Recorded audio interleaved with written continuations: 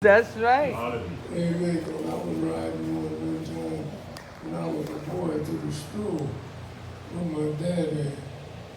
And I got up there in them woods away from home. And that donkey told me off of his back and went away from me and left me. And I had to walk back home. I went and told my daddy about that thing. My daddy said, there must have been something up there he smelled. We got the donkey and went back up there, but the donkey got almost the way he told me all it was going on further. My daddy went up there and looked up that tree, and there was a red-bellied scorpion up there. They grows about 18 inches long, and they are deadlier than a rattlesnake. And my daddy said if you had went under that tree, you would have dropped right down on you. So I said, thank God for the donkey. That's right. Amen. Thank God for that donkey. Amen. Hey, Yeah. Bishop, can I say something real quick? I forgot to say this. Go ahead. If I ever get on a donkey and that thing turn and talk to me, I'm not getting on no donkey. That's right. Let me ask you a question to make it clear in my mind. God made the donkey see the angel because Balaam was being disobedient to God. Being disobedient and by him being Get to the mic. By him being greedy, he was blinded so he couldn't see anything. So that was the problem. We get so wrapped up in our own greed, our own possessions and own ways of thinking that we don't even have the time. We don't take the time to hear what God is saying to us. Right. Or trying to show us. And that's where the problem came from. Right. And I think that the Lord opened his eyes and let him see the angel because I think he was just about like me. That donkey's talking, I think he was about ready to leave there. Yeah.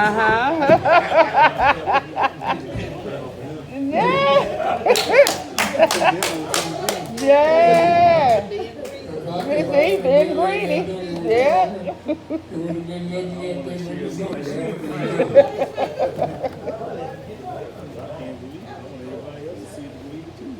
Praise the Lord. Heavenly Father, we thank you for this opportunity. We ask you to bless us, Lord. Bless our mind, our thought, our words, and our everything. Father, we ask you to cover us right now in the name of Jesus. And out of our heart, we want to see. We just want to thank you. Amen. Amen. I have a couple of different people along the line I want to talk. Just want to open your eyes to a little bit. But you know, it's the funny thing that all the words are pointing to the same way. That you must obey what God tell you to do. If you don't do what he tell you to do, woe unto you. And the first one I just want to elaborate on just a little bit, and it's demise. And Demise was the man who forsook his friend. In other words, he wanted to go with his friend all the way, but when it came down to reality, he decided that he didn't want to be no part of his friend. Now, Demise was a man that was under Paul's teaching. And Demise, as long as he was with Paul and the fire and the furnace was being kindled just right, and he was being taken care of, and he was being protected, he was fine and dandy. But I come to tell you that, see, when trouble comes to your house, you gotta really understand, and you gotta really mean business with God. If you love God, trouble come to your house, you're gonna have to either stand or you're gonna have to fall. And the word say, for God I live, for God I die. No doubt, Nehemiah said, wherever Paul go, I want to go. Wherever Paul sleep, I want to sleep. I want to be so close to Paul that, see, because Paul was connected with God, and God was blessing him and covering him, and everything was going good. But see, Paul and Ephesus, they got caught up and got thrown in prison.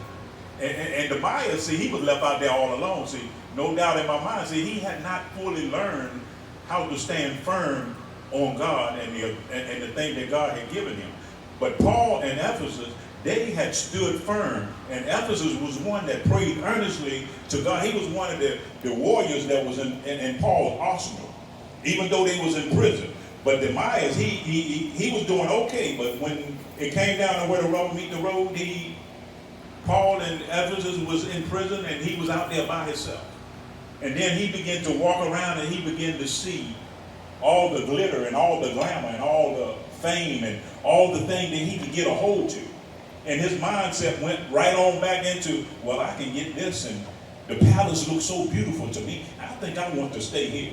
I don't want to have any more connections with my brother Paul and the other ones. I just wanted to do these things right here. So when we get caught up in the things of the world, we got to be careful.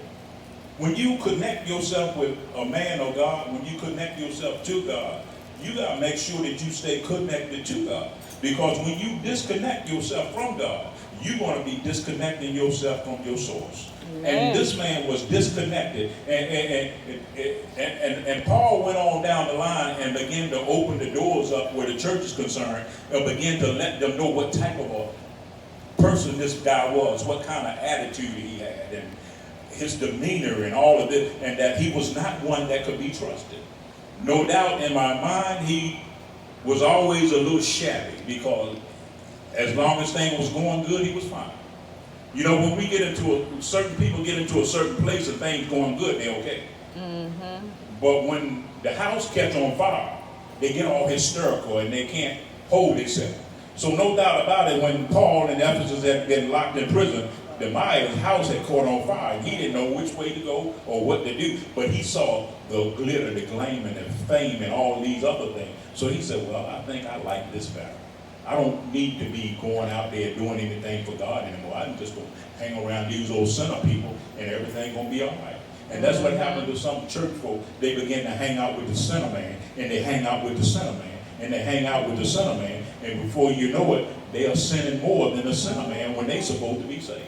Mm-hmm. So Demas forsook his friend Paul for the worldly possessions and the worldly goods.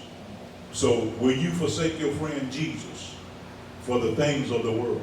Mm-hmm. Or will you hold to God's unchanging hand? Amen. Because the word says, for God I live and for God I die. But what you going to do when they come for you? As they had that cop show, bad boy, bad boy. What you going to do when the devil come to your door beginning and ain't nobody there but you? You there all by yourself. You ain't got no help. Will you turn and run, or will you stand firm on the word of God? God said all things work together for the good for them that love him. Amen. So if the enemy is trying to knock us down, then and we standing firm on the word of God, God said he will be our provider, our protector, our everything. So if we trust God, then we need to trust him fully. Even though things don't look good. It look like I'm going to go down and I ain't going to get back up. But if I continue to trust God, I do believe without a shadow of a doubt that I will rise again. You might knock me down, but if I'm serving a true and living God, and I mean business with him with all that's within me, I might be down, but I will be back. Mm-hmm. I will rise. Yes.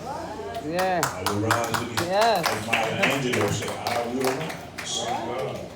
And we would just want to give you a couple of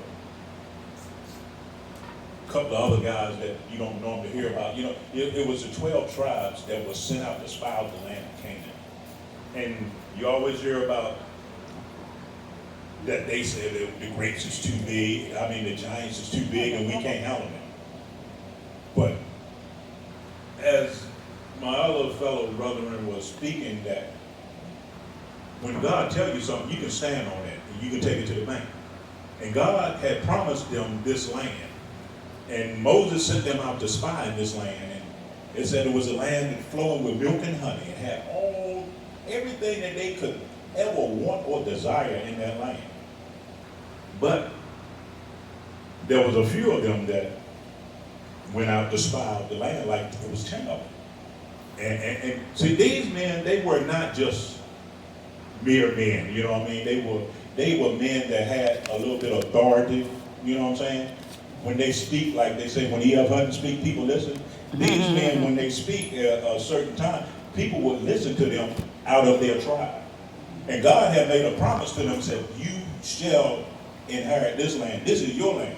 And they came back and said, well, we can't do nothing with that because they giants over there. We look like little grasshoppers. But Joshua and Caleb, they said, we can take this land. We can go on in there. We can get this. God promised it to us. We can do it. So when the odds are stacked against you, just think about Daniel, David, when he had his little slingshot, and he was fighting the mighty giant. If God be for you, he's more than the world against you. But when God tells you to do something, and God has promised you something, don't kick against the prick. Don't tell God that he's not telling you the truth. Don't tell God that God said this is your land. You said we can't have that. So God, you lying to me. You're not telling me the truth because they're going to kill me. But we have a couple of those guys, and one of them is Shemua, and that's spelled Shammua. And he's of the tribe of Reuben. And he was one of the guys that went out and said, well, we can't, they giants over there, we can't possess that land. They're going to kill us. And there was another one was Saphat, and he was of the tribe of Simeon. And Ligad, son of Joseph, Issachar, and he was from the tribe of Issachar. And Petah, son of Rupha, from the tribe of Benjamin. And Gladion of the tribe of Zebulun, and Gideon of the tribe of Manasseh, and Amiel, Amiel, of the tribe of Dan, and Sepher of the tribe of Asher, and Nabal of the tribe of Nephtali. And of all the ones other than Joshua and Caleb, they said that we can't take this land. But when God has made you a promise and he has told you that this was yours, regardless of what it looks like, when he tells you that it's yours, you can take that to the bank and don't kick against the brick. Don't tell God that, well, I can't do this. Well, how can I bless you if you won't allow me to? When God tries to bless certain individuals, every once in a while they say, well, I can't do this and I can't do that. And I keep hearing the word that can't should not be in our vocabulary where God is concerned. Because the word says, we can do all things through Christ that strengthens us. And the word says, if you be willing and obedient, you shall eat the good of the land. Regardless of how many giants come up in your life, the world can be against you. But I guarantee you, when you stand for God and God is on your side, the world can't do you no harm. You can have millions and millions and millions of individuals against you at one time. But you, as you little old you, walk up in the midst and God said, this belongs to you. That's what he means. This belongs to you. It might not look like it right now. It might not seem like it's going to materialize. But if I trust and obey God at his word, he shall bring it to pass. Because all things work together for the good for them that love God. Amen. And what I'm getting from this is you have to obey what God tells you to do in order to get what God wants you to get. As our bishop constantly teaches, we got to do it the way God wants it done or not at all. When God tells us to do it a certain way, if we do it that way, it seems crazy sometimes, the way God wants us to do things. It seems like it's just totally out of context. But when he tells us to do something, see, it looks stupid to us. And it looks stupid to the world. And they said, look at this dummy out here trying to do this like this. This ain't gonna work. But God told me to do it this way. Call those things that are not as though they be. So we ask you that you would just think of those men that disobeyed. And not only that, when they said that we can't take this land, those 10 men, they came down with a plague and they died. Because of disobedience.